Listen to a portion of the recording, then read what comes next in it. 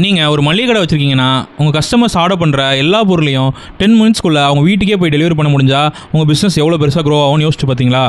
ஒரு கஸ்டமருக்கு ஒரு பொருளை எவ்வளோ ஃபாஸ்ட்டாக டெலிவரி பண்ணுறோமோ, அது நமக்கு மட்டும் லாபம் கிடையாது. கஸ்டமருக்கு அவ்வளோ பெரிய டைமை நீங்கள் சேவ் பண்ணி தரீங்க. ஸோ அந்த டைம் சேவிங் விஷயத்தை தான் ஜெப்டோ 2020 பண்ணிகிட்டு இருக்காங்க. ஜெப்டோ வரதுக்கு முன்னாடியே ஃபாஸ்ட் டெலிவரியில் ஸ்விக்கி, ஜொமேட்டோ இந்த மாதிரி கம்பெனிஸ் ரன் பண்ணிட்டு தான் இருந்தாங்க. ஆனால் ஜெப்டோ டெலிவரியை சார்ட் அவுட் பண்ணல, கஸ்டமரோட சைக்காலஜியை சார்ட் அவுட் பண்ணாங்க.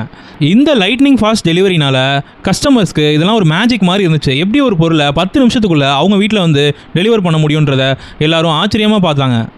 இதை அவங்க எப்படி பண்ணாங்கன்னு பார்த்தீங்கன்னா, எந்த ஏரியாவில் ஹை வால்யூம் ஆஃப் பீப்புள் இருக்காங்களோ அந்த ஏரியாவை டார்கெட் பண்ணி அங்கே டார்க் ஸ்டோர்ஸை உண்டாக்கி அந்த ஸ்டோரில் இருந்து 2 கிலோமீட்டர் ரேடியஸில் மட்டுமே அவங்க டெலிவரியை வச்சுட்டு இருந்தாங்க.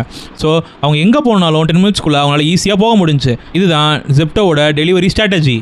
நெக்ஸ்ட் டைம் நீங்கள் ஒரு பிஸ்னஸை பில்ட் பண்ணுறீங்கன்னா, அதில் லாஜிஸ்டிக்ஸை சார்ட் அவுட் பண்ணுறீங்களா இல்லை பீப்புளோட ட்ரஸ்ட்டை பில்ட் பண்ணுறீங்களான்றதை யோசிச்சு பாருங்கள்.